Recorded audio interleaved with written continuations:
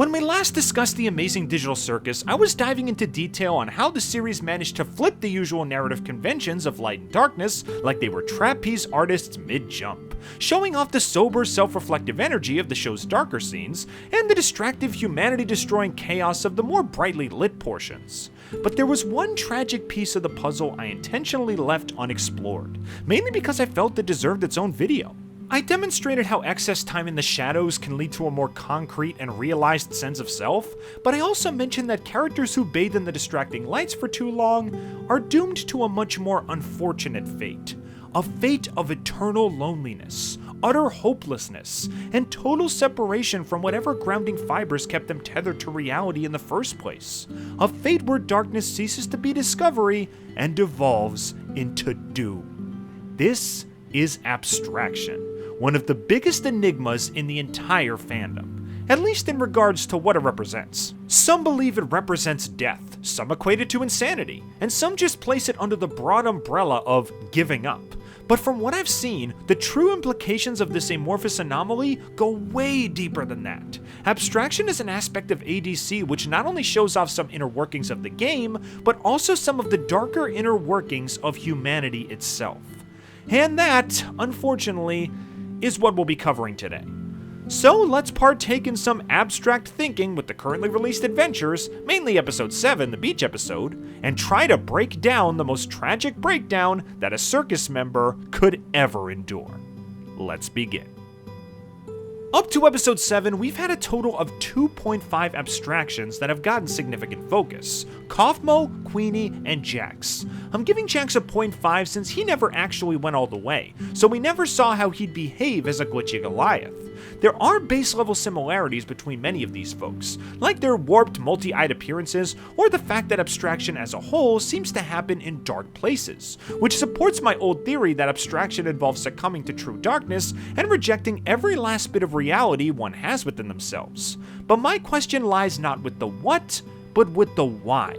Why exactly does the game abstract a player? Logistically, what is going on in the game's code when abstraction takes place? Is the player overloaded with so many conflicting thoughts that it breaks the game? Or is the game overloading the player with ineffective fixes for their problems, causing their code to corrupt?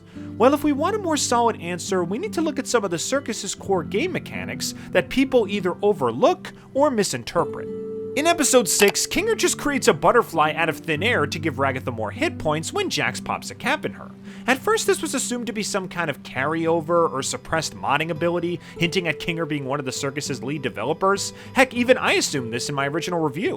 But the more I watched the episode, the more I started to realize that Kinger's little bug fix wasn't some isolated incident. There were plenty of other moments where certain 10 mates got either extremely lucky or extremely powerful out of complete nowhere, such as Pomni's aimbot hacks, Gangle conveniently finding a Tommy gun exactly where she wanted it, and Ragatha preventing a fatal flick of a trigger Looney Tunes style. Even some of the previous episodes have weird moments of luck or unexplained power boosts, like Zooble finding an unbreakable Gangle happy mask in her spare parts bin, despite that clearly not being a Zooble part that she could actually use or put on, or Jax inexplicably having keys to multiple rooms in the circus, despite there being no probable place where he could obtain them normally. Bottom line, this isn't just some mod ability that only best character can use. This is an actual in-game mechanic that any player could utilize. A mechanic where one is able to manifest or bend the reality of the circus based on their wants and intentions. Oh, so if I say wanted to bring my friends in the real world to the circus or unabstract all my foregone buddies, all I'd have to do is believe it's possible and it will come true, right? Well, not exactly.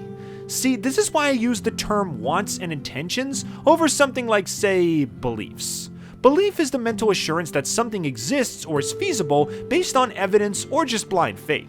It doesn't have any capabilities to manifest something on its own. It's just an individual's certainty that something is real or possible. Meanwhile, intention involves actual agency to achieve a goal or overcome an obstacle, often leading to someone using pre-established resources or bending some rules to see it through. It's like believing you can fly versus intending to fly. If you just believed you could fly, you'd probably jump off a cliff or just sit in a chair with your arms spread out and expect to soar to the heavens without effort. But if you intended to fly, you'd probably pull a Wright Brothers or Batman and create some kind of special device to achieve that goal. This is where I think the heart of this mechanic lies. The game doesn't just craft scenarios or objects out of nothing if a circus member simply believes they can exist. It recognizes a player's intent or agency and adjusts the pre-established rules or assets within the circus in order to grant them their requests. The requests also need to follow some sort of logic or pattern that the game can recognize, a set of instructions that clearly spell out what the player is intending to get from it.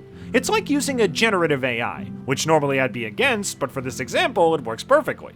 If you say you wanted to draw a dancing hamburger with a party hat, it'll do just that. But if you type something nonsensical like "Biz kippin' yo bowels and pipes," it'll be like, "What are you talking about?" Or if you wanted something outside of its feasible reach, like "bring my dead dog back," the AI wouldn't have a tangible method of granting your request, and would probably do something like recommend a therapy service, or try to list locations where you could buy a new dog, or even redirect you to a website or video that might cheer you up. In a general sense, the game can manifest what you want as long as it makes sense and is within reason. In case you don't believe me, there are tons of examples of this mechanic being used throughout the series, some more straightforward than others. Take Kinger's butterfly for example. It's a simple desire with a simple outcome. He wants a butterfly that can bring back one of Ragatha's lives. Well, the game knows how to give players hearts, it clearly knows what a butterfly is and how it moves, and the visual detail that it's a monarch specifically is probably taken from one of Kinger's memories with his wife, which the game has full access to. So there you go, completely feasible and within the game's grasp. What about Gangle's Happy Mask in episode 4? Zooble clearly cares a lot about Gangle. They know about her desire to be normal. They're aware that a constantly broken comedy mask is one of her biggest hangups, and they obviously want some kind of way to help their friend overcome those two hurdles. So a mask that's exactly Gangle's size and shape, made of unbreakable plastic, with proper irises which make her look more normal, drops in Zooble's parts bin sometime before Fast Food Masquerade. I mean, there's no way this mask could be a proper Zooble part. It's impossible for her to wear it, so it must have been the game itself hearing her request and shaping an asset that it thought would fix the problem. But like a real generative AI, it didn't consider the human element of the situation, which is why the mask wound up doing more harm than good. Remember, AIs understand the what, but not necessarily the why. Jax brings up the fact that he doesn't have a tail in episode 5, even though he clearly remembers having one. I'm not sure what happened to it, maybe it got ripped or bitten off in an adventure and he just suppressed any memories he had of that day, but it's clear that he wants it back, and in the very next episode, we see him with a tail again. If anything, this example backs up my claim that the game's main mechanic is focused more on intent rather than belief. Jax believed he had a tail the entire time, and yet it was nowhere to be found, but when he realized it was gone and wanted it back, it manifested. I'd say that's pretty substantial evidence. Okay, fair enough, but what if things aren't that simple? What if someone else wants the complete opposite of what you want? Who wins the draw? Well, they actually covered that concept too. Take episode 3 for example, when Jax is tied up and clearly wants out of those ropes. By our logic, if he has the intent to escape, the game should oblige him, right? Well, it's obvious that both Gangle and Ragatha want him to stay in those restraints so they can enjoy their tea party. Overall, it's one person that wants Jax free and two that want him to stay put, so in that instance, the game takes majority rule. If it's one single will against another, the game takes the side of the person whose will or desire is the strongest. Take Ragatha almost getting shot in episode 6. Up until this point, Ragatha's main mindset has likely been, I don't actually want to hurt anyone, which is why the only gun she manages to pick up and fire is one of those comedic bang guns. But when she's down to one life and cornered by Jax, it's essentially a fight between I want to shoot Ragatha and I don't want to die. Now, I can tell you that when a person is faced with death, even if it's fictional in a game or something, the urge to stay alive is one of the strongest wills imaginable. So it makes sense that the game would take her side in all this. And when she blocks the gun barrel with her finger, she ends up completely unharmed. I'm pretty sure Ragatha doesn't fully get this mechanic yet, as she seemed more surprised than anything when this occurred, but when you pair this with her witnessing Kinger's butterfly, I could totally see her at least catching on to the mechanic faster than the other circus members in the future. If you still don't agree with my points, there's one last example that pretty much ties all of this together, where one little jester gremlin manages to shift the entire game in her favor simply because of what she wants. When Jax and Pomni team up and they all get guns, Pomni at first doesn't want to shoot her friends, and the game recognizes this. Hence why even though she shoots this can dead on, it barely moves. It's not that she doesn't believe she can shoot the can, it's just that she doesn't want what she's firing at to get hurt. So I imagine the game likely lowered the impact of the bullet to a simple tap. But after Jax convinces her that it's not all that deep and that she deserves to let loose for a while, her desire switches from maintaining her friend's safety to just having fun and playing a game. So she's able to spin the revolver and shoot down the can with full force and perfect precision. Same goes for when she tries to gun down Zooble. She wants to take out her target with style. She has a clearly defined goal, so the game was able to guide her bullet aimbot style, so it was able to disarm Zooble's 4 arms and take them down in the most awesome fashion possible. Zooble likely had the simple intent of, I want to run away, but you look at that villainous toothy grin on Pomni and tell me her will wasn't significantly stronger in that scenario. In the span of a few minutes, we've seen Pomni's desire switch from I don't want to hurt anyone, to it's okay if I hurt them, to I want to hurt them. And each shift is complemented by the game giving her more and more marksmanship. This whole situation shows off that the game is capable of bending its rules to suit a player's request. The mechanic is centered more on what a player's intent is rather than what they believe. The request needs to be feasible, such as altering an asset or manifesting something logical, and in a battle of wills, the one with the stronger desire always wins out. I find it ironic that the definitive example of how this game works involves Pomni aiming a gun, and a synonym for intention is actually aim. I don't know, I just thought that was kind of funny. Overall, it's clear from these examples that the digital circus as a whole requires an equal balance of imagination and reality to give the players an optimal experience. Imagination to create inventive assets based on the player's wants, and reality to work as a blueprint on how to fulfill those wants based on pre-existing information and resources. The game is more than capable of making your stay in the circus as fun as possible, and if you play by the rules and give it the input it needs, everyone gets along swimmingly. Well, this is all very nice, Mr. Internet Analysis Man, but how does this all relate back to Abstraction? Well, this whole time I've been talking about the different ways that the game can give you things. But what happens if you want something that the game can't give you? Well, the obvious answer is that nothing happens. The game simply disposes of the request and awaits the next one, like a real computer would if you enter a bunk command. Alright, but what if the only thing you want is something the game couldn't give you? What if you constantly feed it the same impossible request while rejecting everything else around you and deluding yourself into thinking it could happen if you just want it enough? This, my friends, I believe, is the basis for Abstraction. Let's go back to our trio of glitchy victims again. Kaufman was the one that introduces us to the concept of abstraction, and even though we never get to hear him say a word, the writing is literally on the wall when we enter his room.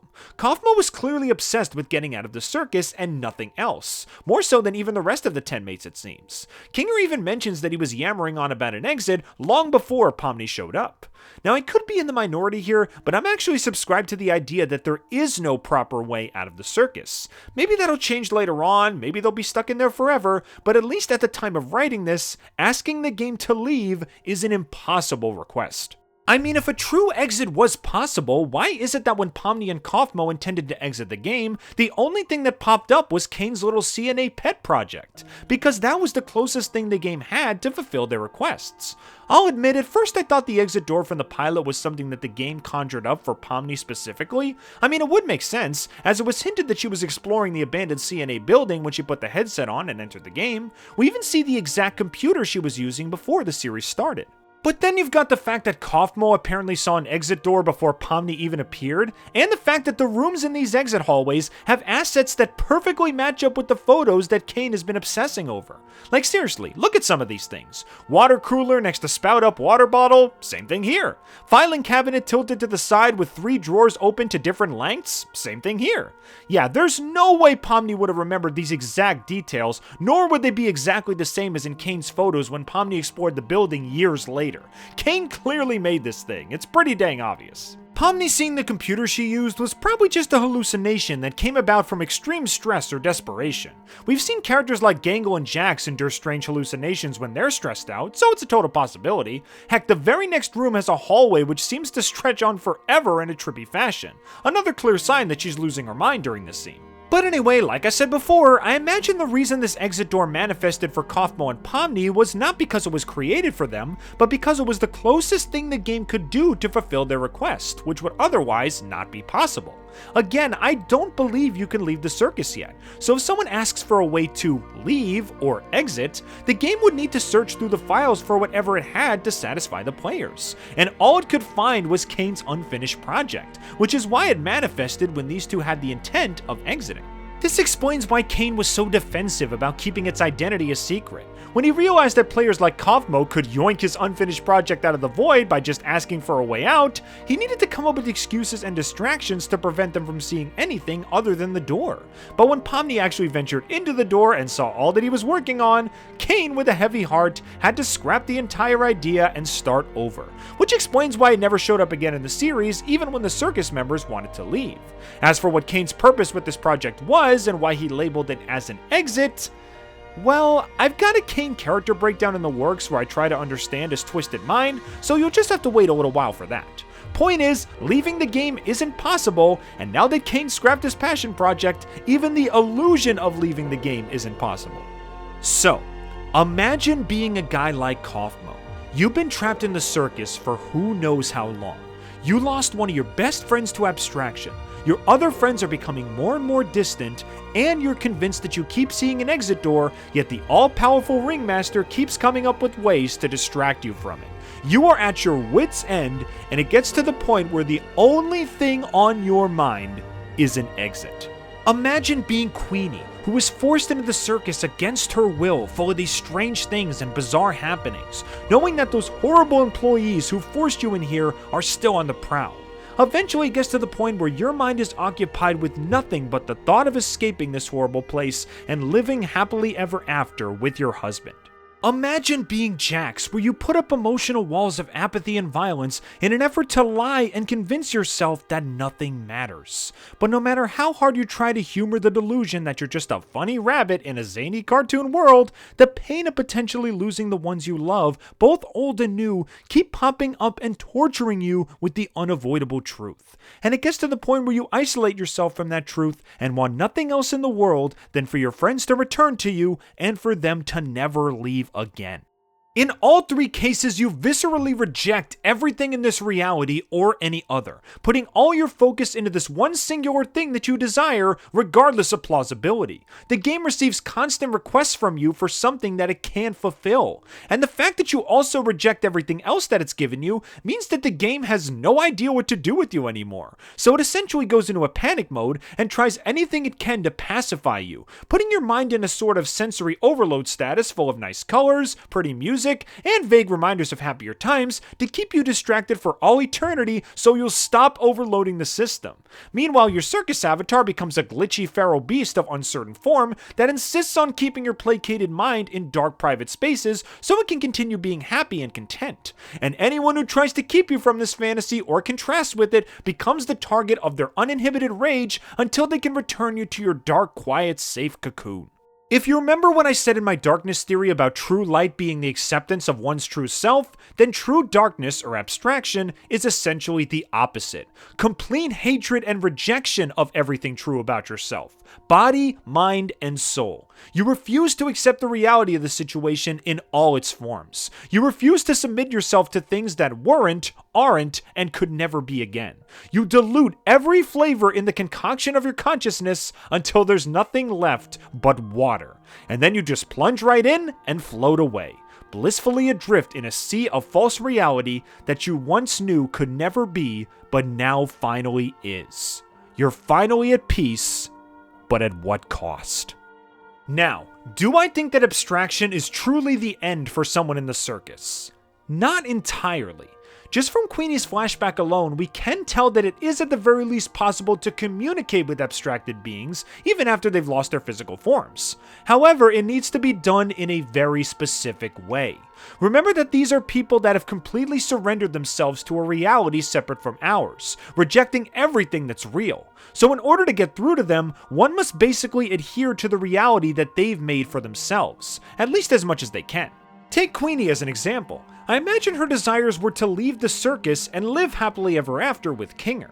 Well, they are in the darkness, so at the very least they can't see the circus, and even though Kinger is still in his digital form, he is there with her, loving her just as much as he always has. It's not a perfect fantasy, but it does mostly line up with what Queenie's reality entails, which allows her to recognize Kinger's touch and respond to it.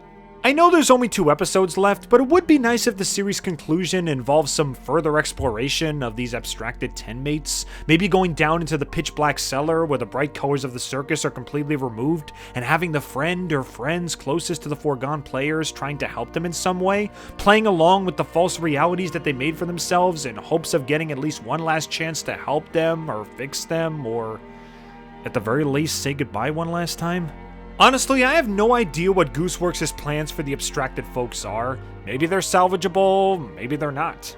Heck, maybe that whole stasis pod thing that Caine made up for Abel is a hint that abstracted players can be awoken in some fashion.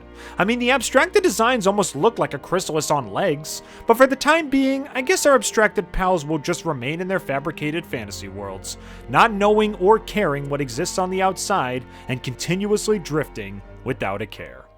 In a world beyond what we can accept. Alrighty, those are my thoughts on Abstraction in the Digital Circus. My light versus dark motif theory is now officially complete, and aside from 2 more reviews and an analysis on one of my favorite characters, I don't really have much else planned for the Digital Circus. So I guess we'll just have to let Goose and Glitch work their magic as we drink in the juices of their labor. But until the curtains fall on our friends forever, what do you guys think? Do you think I was spot on with my analysis of the game's mechanics, or am I thinking too abstractly for something that's pretty straightforward? Leave your thoughts in the comments below, and don't forget to subscribe. Thanks for tuning in, everybody, and I hope to see you all real soon.